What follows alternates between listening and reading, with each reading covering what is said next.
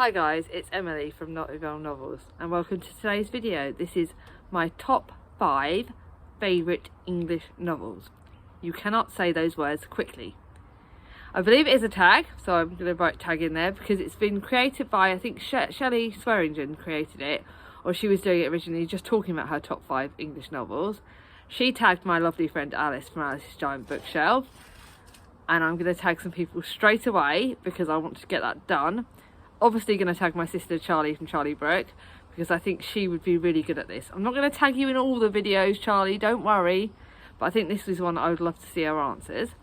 Charlie from Charles Heathcote, sorry kid, sorry guy, you know, got to tag you again. This is the one I would love to know Charlie's answers, both Charlie's answers, and Tori from Pufflepuff Discovery because I think she would be really interesting at doing this. So those are the people I'm going to tag. Now, how you can do this is you can do any top 5 favourite novels. People can sort of limit it to total 5 favourite novels. They can do it on their favourite genre. They can do it on their time in booktube. Alice did it in her top 5 favourite from English, from sort of her time in booktube, but then she added some extras at the end. I will link Alice's video down below because she was really great at doing it, so I really want to support obviously my friend. How I've decided to do it is my top 5 favourite classics.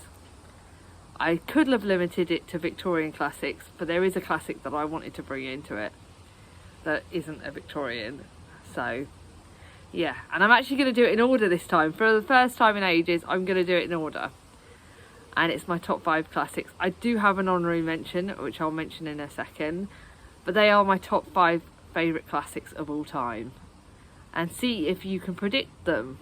I know Alice has already reckoned she can predict 3 of them, and I'm wondering if you guys can predict 3 or more, or see how you do.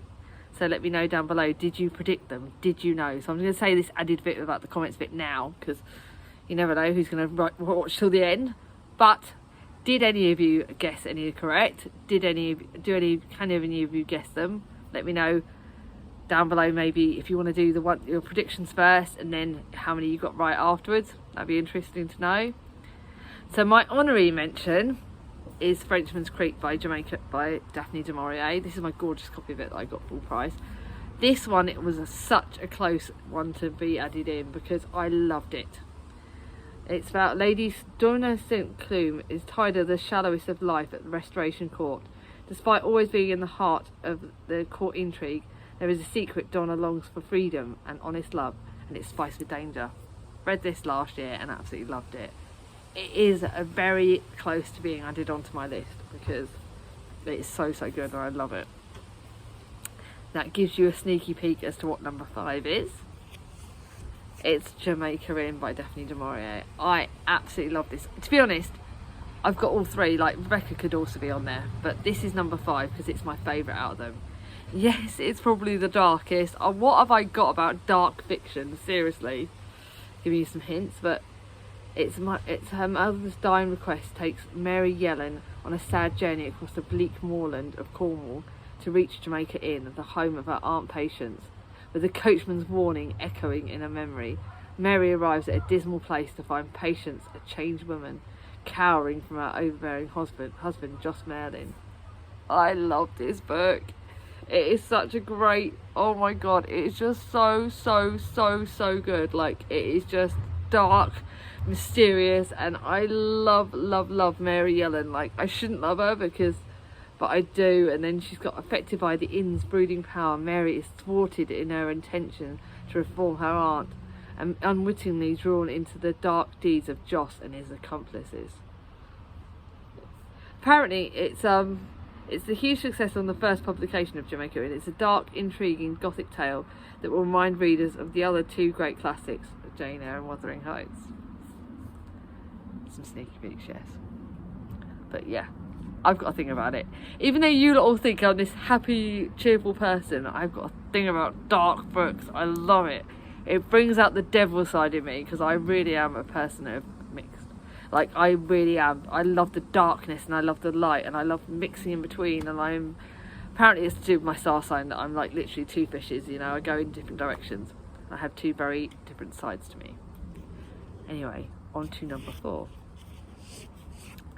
David Copperfield by Charles Dickens. This is my favourite Dickens book. I think I've read it either once or twice, but I've read it once and I loved it. I've got the film for it that I love. It is just one of the best books ever. It's one that's lived in my memory. Like some books you can read and forget, some books you need to reread. Like a lot of the classics I need to reread them to really imprint them into me, but this one was one that really strung so true to my heart. David Copperfield is one of the best male lead characters ever. This book covers most of his life. We have got the blooming best and worst characters. You've got Uriah Heep in this, who is like one of the worst baddies going. You've got his aunt. You've got every blooming person in this. You've got Peggotty. You've got, who is one of the great lead characters. You've got Micawber. Oh my god, there is just so many characters in this book that I can't help but love. Betsy Trotwood, one of the best female protagonists in this book ever. Dora, David, oh my goodness, there are so many characters in this that you grow to love. Oh, is it Micawber that was the cheeky one? Uriah Heep's like one of the worst baddies. Like, God, I can't forget Uriah Heep. But I love, like, Betsy Trotwood. She's brilliant. She was one of the flipping people that you just don't forget. There are so many characters in this. Like, I'm looking at the introduction. I need to read it again because I can't describe how much I love this book. It was just absolutely incredible. Like, identity, it goes on about like his journey for so many different things, when he's in the workhouse and when his stepfather at the start, and his journey, and how he meets Betsy Trotwood and how he gains his own person. And the romance in this is great because there's a bit of romance and a bit of not, and oh my, it's just such a good book. Like, it is probably one of the biggest. It's not I don't think it's actually one of the biggest. It's like, yeah, probably is one of the biggest books I've already read, because it's got like nearly 900 pages. But it's one I can't wait to reread. I absolutely loved it. If you want to try Dickens, go for something like this. This is my favourite Dickens. My second favourite is probably going to be Great Expectations. Although it's like, you think you should be like Oliver Twist. Although I did love, obviously we all love A Christmas Carol, but that was like to me, like A Christmas Carol is one of the shortest books. So although I'm saying about my top 5 favourite novels, I am talking about other books that could easily go on to it, because Great Expectations is really good. I've got to read more Dickens. I'm reading Bleak House in August and September with the lovely Charlie from Charles Heathcote. I'm reading that with him, and that's one I'm looking forward to trying. I've got a lot more Dickens. I've got Barnaby Rudge. I've got Nicholas Nickleby. By the way, which one of those two should I read next? If any of you know the classics, which one of those two should I read next? Because I've got them all in Wordsworth Classics edition. Actually, I've just thought of a good video idea. There you go. I'm talking and this is where I don't edit. I can literally, my brain just goes on brainwaves. Anyway, on to book number 3. My top 3 favourite classics. Can you predict? Number 3 is one that I'm currently rereading and absolutely loving. By the time this goes live, I would have read it. It's Pride and Prejudice. It's flipping gorgeous. I love this book. Rereading it, and I'm rereading it for obviously Jane Austen July, and I'm falling in love with it again. So this is my favourite of the Jane Austen's works. My honorary mention for this will be Emma, because I bloody love Emma. I'm actually about to watch Emma on Netflix because it's so good. Look, my sister got me this for Christmas. Heaven and earth are the shades of Pemberley to be thus polluted. There are so many quotes in this that are brilliant. The sisters in this are brilliant. I love it. Mrs. Bennet is such one of those mums you love to hate her, because she is such a pain in the arse. Mr. Bennet is the dad that you like feel for, because what he has to put up with. 5 daughters, like, God, my dad used to struggle with the fact he had 3 of us. God, 5, can you imagine 5 girls? I've got 1 and she drives me bloody loopy-loo, but I love her. But this is brilliant. I love Lizzie Bennet. I can't wait to read the retelling of it. I've read so many Pride and Prejudice retellings, which are brilliant because they really go on about it. But like Lizzie Bennet, she is one of the greatest leading protagonists going. I love even though she's not, I love the fact she's not the eldest, but she's actually quite the lead character. Her and her romance with Mr. Darcy, and Mr. Darcy is a bit of a bad boy, isn't he? And you kind of love him. And I've just met Mr. Wickham again, and I know about him, and so it's like the intrigue, because you kind of know a bit more that he's not what he seems. And, it's just such a good book. It's just amazing, and rereading it, I'm falling in love with it all over again. There are so many films of it. It's just brilliant. It's a happy book. It's a book about siblings. It's a book about 5 siblings and about their relationships, and the 2 younger sisters, Kitty, I think it's Kitty and Lydia. Yeah, Kitty and Lydia are like the younger spoilt sisters, and they're the naughty ones. And I can't wait to remember what's going on in these. I love it. Every day, 4 chapters of this every day makes me so smiley, and this is the classic that will guarantee to make you smile. So obviously I've got my darker ones like coming up soon, but I got the lighter one in this. So to me, Jane Austen is epitomising the lighter classics. She brings classics into the point where you're smiling. Like, this makes you smile, Emma makes you smile. A Sense and Sensibility I need to reread. I can't wait to reread that next year possibly. Persuasion made you smile. I'm going to watch Persuasion actually. I can't wait, that's coming out live on Netflix soon, so at the end of the week, so I'm going to join in with that. And even though I'm telling you my top 5, there are so many great classics by so many great authors, but this is my favourite Austen, so I had to include it. It's fan-flipping-tastic. It is such a great book, and it's one that will forever be in my heart and smile. Actually, I've got to leave it to one side because that's what I'm reading at the moment. Now for my top 2. You guys are going to guess this. You all know me too well. Number 2 is obviously going to be Jane Eyre. I love Jane Eyre. I've reread it it's probably like the second book that I've read loads of times. I think I've read it like 2 or 3 times. I think it's like 3 times now, which is saying something. Some classics you've got to read over and over again. I hosted a read along a couple of years ago of it, and oh my god, it is such good. I've actually seen the movie adaptation, and that was brilliant. Jane Eyre is probably my I think, as much as I've got my favourite book coming up, my favourite female protagonist ever, and one of my favourite classics, one of my favourite characters ever is Jane Eyre. I absolutely flipping love her. I love her the most. She is epitomising the best things in classics, and it is Charlotte Bronte's best works by far. To me, she excelled when she wrote this. It was just, her other books don't quite as good. The book that obviously I could mention, and it could have gone on here, but I didn't want to have 3 Brontes. If I had to pick a 3rd Bronte book, because I didn't want to pick 3, and it's giving you a hint, is The Tenant of Wildfell Hall, because that's my other favourite. That's my honourable mention. I don't want to mention any more of her books, but the other honourable mention will be Tenant of Wildfell Hall.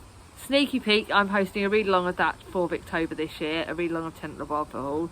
So put it in your diaries, we're reading it. I've got one of the co-hosts is going to be some of my BookTube waffle friends.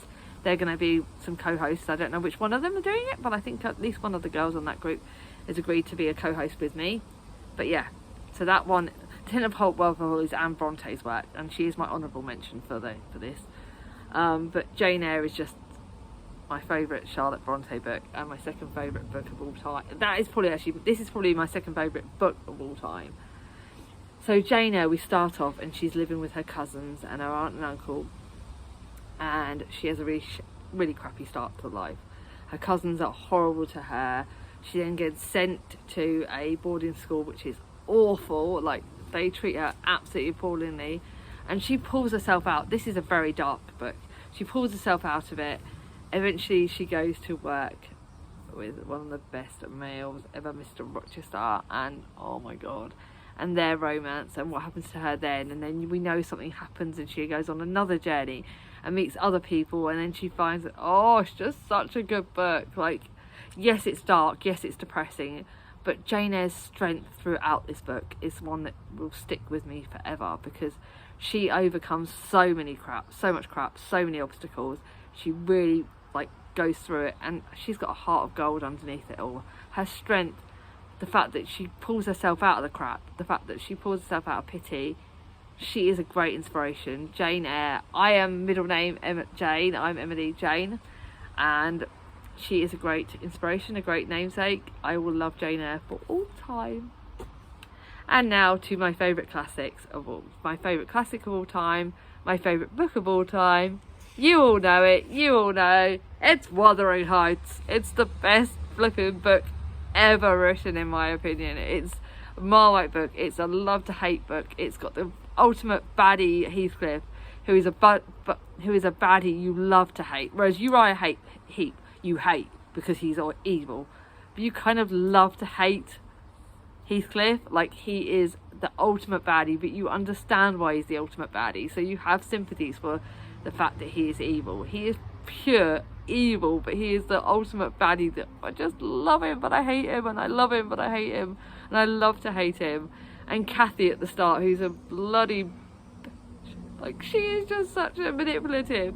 And then you've got the side characters. You've got, like, her brother who treats Heathcliff awfully, and then you've got, like, other characters in it and the other family in it that we know we love to hate, and I can't ever remember their characters, but this is just, oh my goodness, I just love this book. And this book is one of the most beautiful books I've ever owned. It's just so gorgeous, like, I can't stop looking at it. Yes, we got Edgar and Isabella, yes. And Edgar's one I feel sorry for, and I know I shouldn't, but he's the kind of guy that you feel sorry for. Isabella's a silly Billy, like, she's a Wally. She got herself into trouble. I can't tell you how, but she gets herself into trouble. And then you've got the next generation. I can't tell you their names, can I? Skip ahead if you don't know their names. The next generation, you've got Hareton, young Catherine, Linton, and you've got all of them, and you've got how the romances all intermingle, and how all the two families, the Lintons and the Earnshaws, all mix in, and it's brilliant. I love it. It is set in the wild moors of Yorkshire. It's dark and it's deep, and you cannot, this is not a romance though, please, this is not a romance at all. Pride and Prejudice, happy romance. This, not a romance.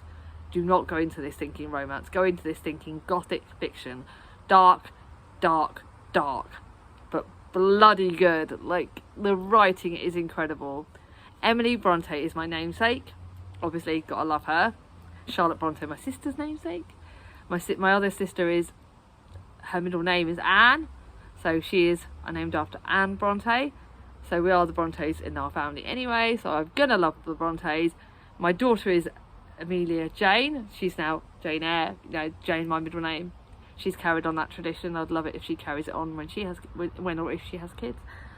But she's my namesake. Like, her poetry is amazing. Emily Bronte, this is her only novel, but she did write loads of poetry, and I love her poetry as well. I love the Brontes' poetry in general. I've got a collection of their poetry upstairs. But of course, this is going to be my favourite classic of all time, my favourite book of all time. So this could be in any number of lists. It's in most of my videos. I talk about this book. I talk about my love for Wuthering Heights, but it is the best book ever. So I can't not mention it. So I've rambled on about the books quite a lot. Yes, I talked about my 5 favourite, but I did have quite a few honourable mentions. I hope you enjoyed them. Did you predict right? I'm sure a lot of you did. You all tend to know me below me well. I know I waffled quite a lot, but that's me. I hope you enjoyed it. And yeah, so if you like this video, give it a thumbs up. If you're new to my channel and not subscribed yet, ring on my ding-a-ling, and I'll see you all soon. Bye bye.